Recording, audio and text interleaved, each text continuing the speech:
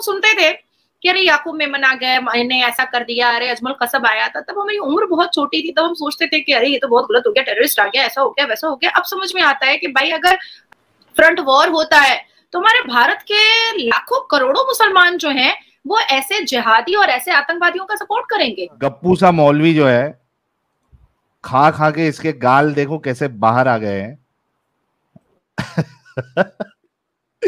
और ये मुंह में क्या ले रहा है? अच्छा खुला है मुंह, ओके। ये देखिए,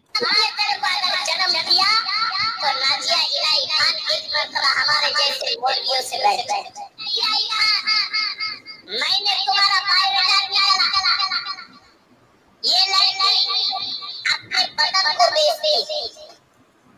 ये कितना बेगैरत है। ये है किधर का नाजिया जी? ये पश्चिम बंगाल का है। ये पश्चिम बंगाल में एक फुरफुरा शरीफ करके एक डिस्ट्रिक्ट है, ये वहां पर के आसपास का है। और ये मजलिसे इस्लाम हो रहा है। इसकी पूरी वीडियोस मैंने निकाली है, पूरी वीडियो मैंने निकाली है। और ये मजलिसे इस्लाम हो रहा है जहां पर मुसलमानों के साथ कन्फ्रंटेशन किया जाता है और सुन्नते रसूल बताई जाती है। तो सुन्नते रसूल के बीच में नाजिया इलाही खान अपना बदन बेचती है, ये कब इस्लाम की किताब में लिखा दिया गया, ये मुझे पता नहीं चला।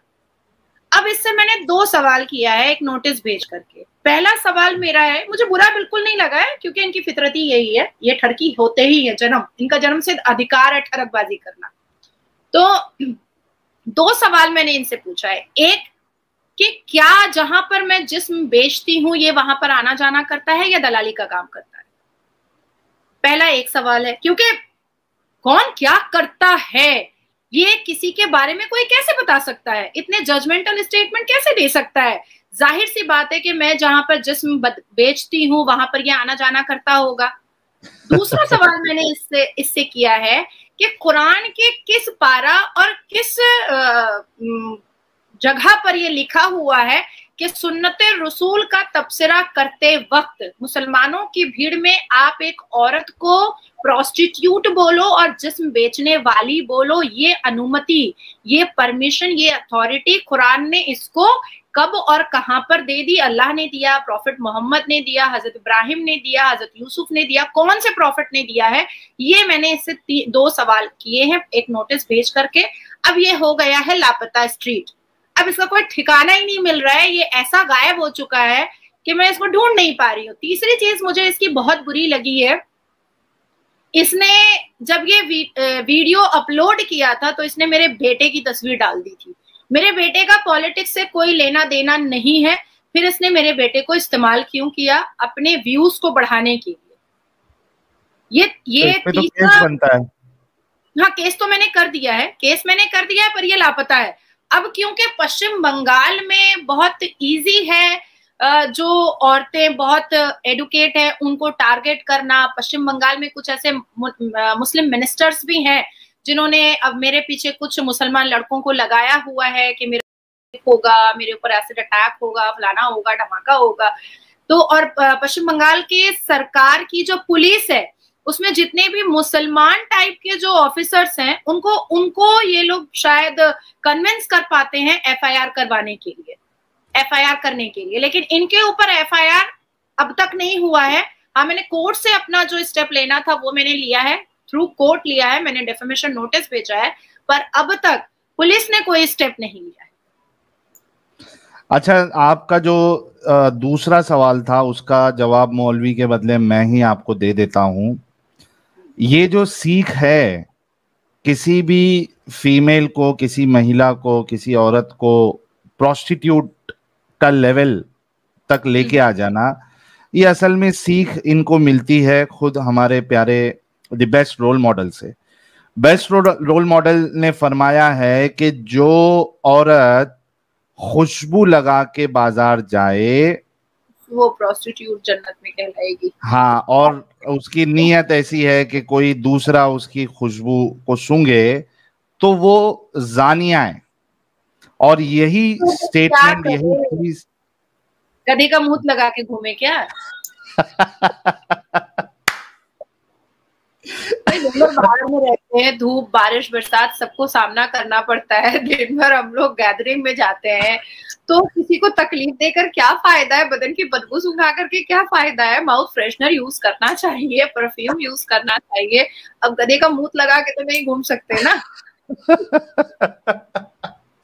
तो वो जो जिहादन जो आप पे सवाल उठाती है, तो उनको फिर ये इस्तेमाल करना चाहिए गधे का मुंह, दो टिप्पा जो है। अच्छा, गधे का नहीं यार, गधे का नहीं, मैं तो कहता हूं कि ऊंट का इस्तेमाल कर ले, वो तो पीने के लिए भी रसूलुल्लाह ने प्रिस्क्राइब किया था। अरे तो छोड़ो, मजाक का ना कर ले, अपने खाविंद का ना कर ले, वो ज्यादा बेस्ट नहीं होगा, सीधा जन्नत चले जाएगी।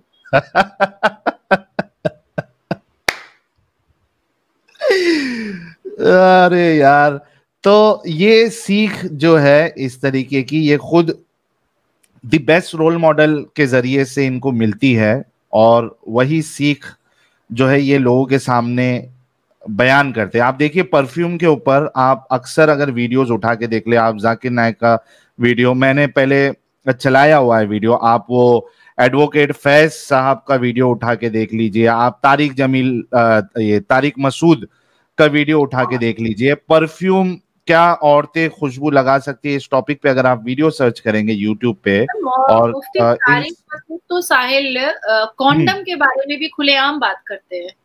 हाँ, उनका कहना है, मुफ्ती तारिक मसूद का, कि जुबान पे अगर पॉलीथीन लगा लिया जाए तो क्या खाने का स्वाद आएगा, तो उसी तरीके से अगर कॉन्डम लगा करके अगर जिस्मानी ताल्लुक किया जाए तो क्या स्वाद आएगा। ये मुफ्ती तारिक मसूद कहते हैं।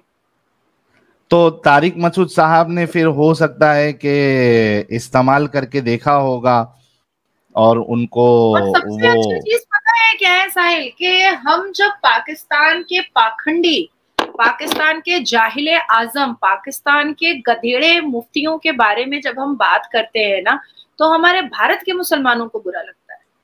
मुझे सबसे ये क्या सीन है, ये मुझे कुछ मतलब अटपटा सा लगता है।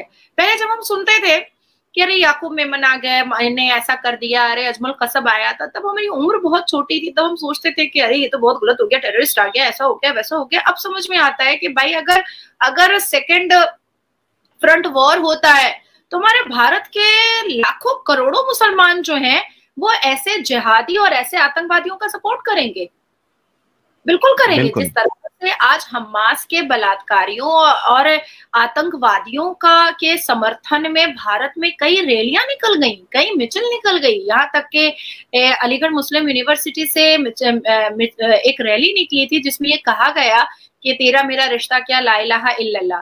तो मुझे ये भी सवाल पैदा होता है कि जब पाकिस्तान अफगानियों को भेड़ बकरियों की तरह, कुत्तों की तरह 1 नवंबर का डेडलाइन दे करके निकाल करके बॉर्डर के बाहर फेंक दिया, उसको लूट लिया, तो ये अफगानी क्या ला इलाहा नहीं पढ़ते हैं क्या? ये मुसलमान नहीं है क्या? ये कुरान नहीं पढ़ते हैं क्या? तो फिर ये तेरा मेरा रिश्ता क्या, ला इलाहा का तो सच सामने आ गया, और बहुत घिनौना सच सामने आया है। आज तो भारत के मुसलमान रैली नहीं निकाल रहे हैं पाकिस्तान की विरोधिता में, आज तो भारत के मुसलमान अफगानियों के समर्थन में रैली नहीं निकाल रहे हैं कि क्यों उनके साथ इतना बुरा सलूक किया गया है।